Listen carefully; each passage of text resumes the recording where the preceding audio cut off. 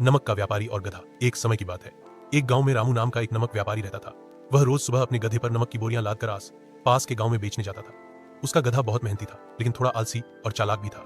हर दिन व्यापारी सुबह सुबह नमक की बोरियां लादता और नदी नालों को पार करते हुए दूसरे गांवों तक पहुंचता, जहां लोग उससे नमक खरीदते थे। एक दिन की बात है, हमेशा की तरह व्यापारी ने गधे पर भारी बोरे लादे और चल पड़ा।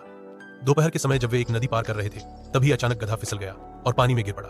जैसे ही वह उठा, उसे महसूस हुआ कि उसकी पीठ का बोझ पहले से बहुत हल्का हो गया है। हुआ यह कि नमक पानी में घुल गया था और बोरियां लगभग खाली हो गई थी। गधे को बहुत खुशी हुई।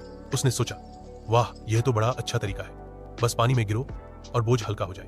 उस दिन व्यापारी को कुछ नुकसान हुआ, पर उसने सोचा कि यह तो एक दुर्घटना थी। दूसरे दिन जब दोनों फिर से निकल पड़े, गधे के मन में वही चालाकी घूम रही थी। जब वे पहले नाले तक पहुंचे तो गधा जानबूझकर पानी में बैठ गया। व्यापारी ने सोचा कि शायद गधा थक गया है, पर थोड़ी देर में उसने देखा कि बोरियां फिर हल्की हो गई। अब उसे गधे की हरकत पर शक हो गया। तीसरे दिन व्यापारी ने गधे को ध्यान से देखा। जैसे ही नाले के पास पहुंचे, गधा फिर पानी में बैठ गया।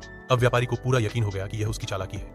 वह बहुत गुस्से में आ गया और बोला, अरे मूर्ख, तू मुझसे चाल चल रहा है, आज तुझे सबक सिखाए बिना नहीं छोड़ूंगा। उसने गधे को डांटा और ठान लिया कि अगली बार वह इसे इसका ही हथियार दिखाएगा। अगले दिन व्यापारी ने गधे पर नमक की जगह रुई के बोरे लाद दिए। गधे को लगा कि आज फिर वह नाले में बैठकर बोझ हल्का कर देगा। जैसे ही वह नाले के बीच पहुंचा, उसने वही किया, धड़ाम से पानी में बैठ गया। लेकिन इस बार उल्टा हो गया। रुई ने पानी सोख लिया और भारी हो गई।